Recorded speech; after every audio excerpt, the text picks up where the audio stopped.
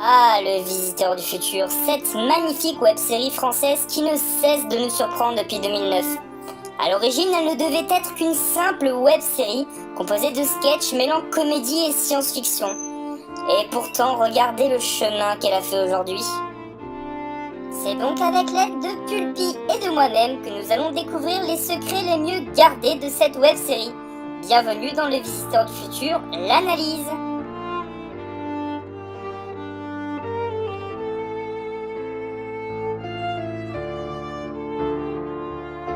Salut à tous bande de petits viewers, je suis Pulpi et aujourd'hui je vais vous proposer une petite vidéo récapitulative des 4 saisons du Visiteur du Futur ainsi que des petites choses qui sont restées inexpliquées dans la série. Il ne s'agira donc ici pas de réponses mais bien des suppositions.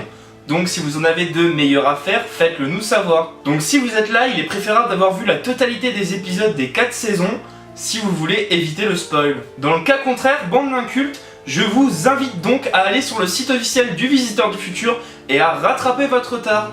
Non mais je veux dire là ça va vraiment spoil hein, donc si vous n'y connaissez rien, barrez-vous, il vaut mieux pour vous. Bref, je me doute que si vous êtes ici c'est que vous êtes fan du Visiteur du Futur, mais il faut quand même le rappeler. Le Visiteur du Futur est une série de sketchs courts créée par François Descraques en 2009 et qui compte l'histoire de Raph qui est un jeune adolescent qui va voir sa vie chamboulée par l'arrivée d'un homme qui se dit venir du futur. Cet homme est là exactement pour arrêter les catastrophes qui arriveront dans son futur. Et ceci en arrêtant justement la cause de ces catastrophes dans le présent de Raph. Comme quoi, une simple cause très pourrie, genre ne pas acheter un pack de lait, peut avoir des répercussions comme l'explosion d'une centrale nucléaire. J'espère que je vous ai pas perdu. S'en suivra alors une lutte sans fin contre des némésis, que ce soit la Brigade Temporelle ou les Lombardies, des beaux connards qui veulent juste arrêter le Visiteur du Futur dans sa quête, simplement pour que le futur reste tel qu'il est. Mais notre héros ne serait-il pas en train de se bloquer dans une sorte de boucle temporelle ? Mais n'avez-vous jamais songé un seul instant à tout ce qui risque de se passer à chaque fois qu'un événement inattendu se produit ? Et qu'en est-il de tout ce qui reste flou et inexplicable à l'heure actuelle ? Et c'est exactement ce que je vais vous montrer dans cette vidéo avec l'aide de ma petite voix off. C'est donc sans plus attendre que je vais lancer notre première analyse qui portera sur le double du Visiteur du Futur. C'est parti! Rappelons-le donc, le double du futur n'est autre que la version du Visiteur quelques années plus tard. Un personnage haut en couleur, désagréable. Oui, bon bref, un gros connard quoi. Et s'il y a une phrase qui peut le définir, c'est bien... J'ai une moitié du cerveau normal et une moitié du cerveau en bouillie. Écoutez, quand je secoue la tête, ça fait splosh splosh. On comprend donc que dans le futur, le Visiteur a pris une balle dans la tête. Ce qui l'a fait perdre plusieurs neurones, des tas de neurones. Si l'on va justement dans le futur du Visiteur, enfin son présent quoi, on tombe sur Néo Versailles. Saison 4 du Visiteur du Futur est donc sur la rencontre un peu forcée par le destin entre le Visiteur et Octave. Le grand méchant de cette saison est conseiller de la reine de Néo Versailles. Vous allez me demander le lien, bande de fils de foin de fumier. Eh bien, durant toute la saison, Octave n'aura comme moteur que le fait de se débarrasser du Visiteur. De, je cite, une balle dans la tête. Ce qui pourrait donc expliquer que cette balle dans la tête, mise en suspense durant toute la saison, aurait pu être la cause même de la création du fameux double du futur. Mais non, l'idée n'est pas montrée puisque Octave n'a pas le temps d'exécuter son action. Alors, double du futur annulé ou juste oubli scénaristique? Bon, ne chipotons pas. Et Pulpi, quelle est la deuxième analyse? Mais tu sais, le gros, la Mathéo. Le premier qui la touche, il meurt direct. Tu sais, le mec un peu badass, musclé et tout ça. Eh ben il se pourrait qu'il soit un petit peu attiré par Raph quand même hein. Par contre, je te laisse leur expliquer, là ça devient vraiment dégueulasse. Ben, tu veux que je dise quoi? Dans une scène de la saison 2, on peut voir Mathéo dire à Raph... Je rêve de toi, Raph. Souvent. Ok? Eh bien, je n'ai aucune explication à donner. Cette scène, ça pouvait évoquer quelque chose pour la suite. Mais 2 saisons après, cela n'est toujours pas expliqué. Peut-être que ça ne devait avoir aucun impact et que Mathéo voulait juste... Mettre un doigt dans son... Ouais non ça c'est vous ça. Ok, cette émission devient très dégueulasse. Revenons tout de suite dans la saison 3 du Visiteur du Futur Les Missionnaires. Saison qui se termine donc sous la dictature de Joseph, un connard de plus dans la série. L'épisode se termine donc sur un visiteur finalement qui vient de sauver le monde. mais vous remarquerez quand même qu'il y a un truc très bizarre au fond de cette scène. Personnes qui ont une très bonne vue, dans le fin fond de cette foule, on peut y voir Raph encapuchonné en train d'assassiner Joseph. Une partie de réponse donc à l'ultimatum du visiteur, qui prétend l'existence d'un autre monde parallèle où les rôles sont différents. Joseph serait donc le gentil et Raph le méchant dans ce monde. Ou simplement Joseph une fois de plus l'ennemi, et Raph l'allié qui l'assassine, qui expliquerait que dans n'importe quel monde, Raph aiderait le visiteur à se débarrasser de ses ennemis. Ce qui encore une fois renforce l'idée que rien ne peut changer, et que c'est une boucle sans fin. Et oh putain, je suis en train de vous spoiler la toute fin de la saison 4. Maintenant qu'on y est, nous pouvons aussi faire un autre lien. Vous vous souvenez peut-être de la série Les Opérateurs, qui a été écrite par François Descraques en 2012. Avez-vous déjà remarqué la bizarrerie que représente cette série ? C'est bizarre au possible, bien que génial, avouez-le. Et bien tout ce qui se montre à la fin de la série, c'est qu'il existe d'innombrables mondes parallèles, où les mêmes personnes existent mais occupent des rôles différents. Mais ils ne sont pas poussés par le même but.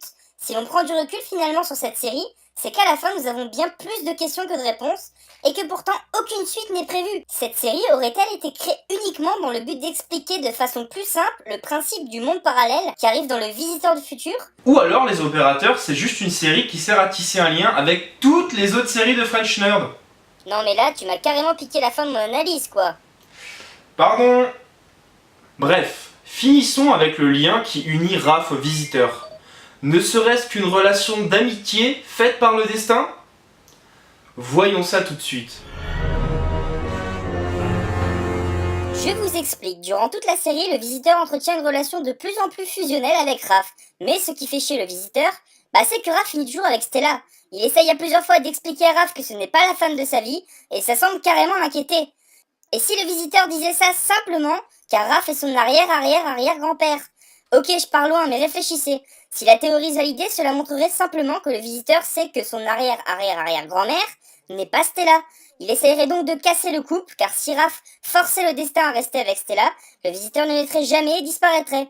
Ce qui prouverait que le visiteur est le petit-petit-fils de Raph venu du futur. Mais simplement, cela s'oppose à une autre idée. En effet, car même si le visiteur dit dans la saison 1 qu'avoir la même tête que son ancêtre serait débile, Benzaï nous prouve le contraire dans le dernier épisode de la saison 4. Batte les couilles. Arrête. Ça fait bizarre quand tu fais ça. Non, il a tué Bernie. Ce qui montrerait également que la série de François J'ai jamais su dire non, créée en 2010, a aussi son rôle à jouer. Car on peut trouver dans la scène finale de cette scène les personnages de Mitch et de Stan assis sur un banc à discuter de leur futur. C'est alors que passe Judith, personnage du visiteur en train de marcher avec sa valise. Cette scène se passe alors exactement lors de la saison 2. Alors que Judith quitte la part de Raph, nous pouvons la voir dévisager Stan avant de crier « Et fuck de merde !» Cela montre donc bien que J'ai jamais su dire non se passe bien dans le même temps que la saison 2 du Visiteur du Futur, et que Stan n'est autre que le véritable ancêtre du Visiteur, et que finalement les autres productions de François Descraques permettent de répondre en partie aux questions que l'on pouvait se poser dans le Visiteur du Futur. Quel génie ce François! Rappelons également que dans la saison 2 du Visiteur du Futur, le double du futur va se barrer de la prison des Lombardies, donc dans le présent de Raph en 2010. Bon salut. Et là, il disparaît de la série, on ne le reverra plus.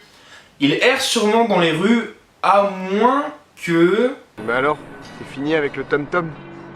Bah ouais. Là, je crois que niveau balls, il est équipé, mec.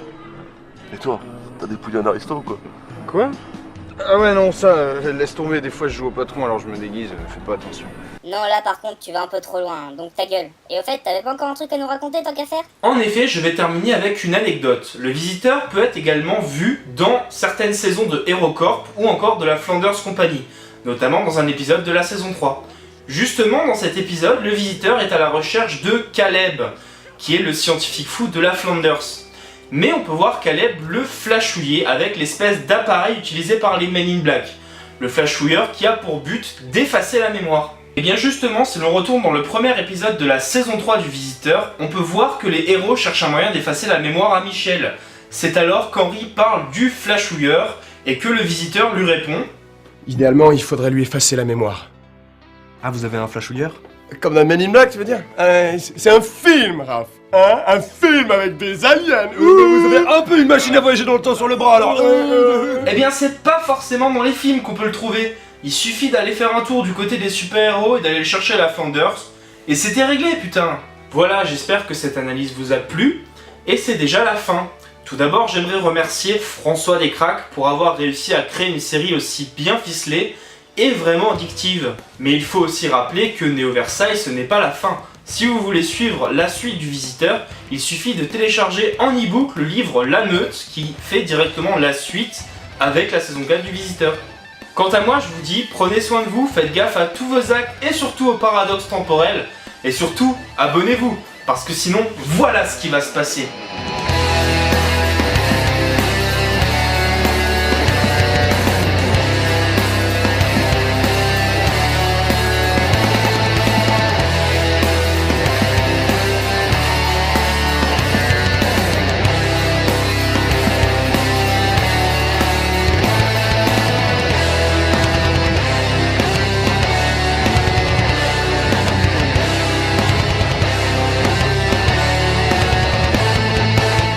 Rappelons également que dans la saison 2 du Visiteur, le double du futur se retrouve dans le présent de Raph.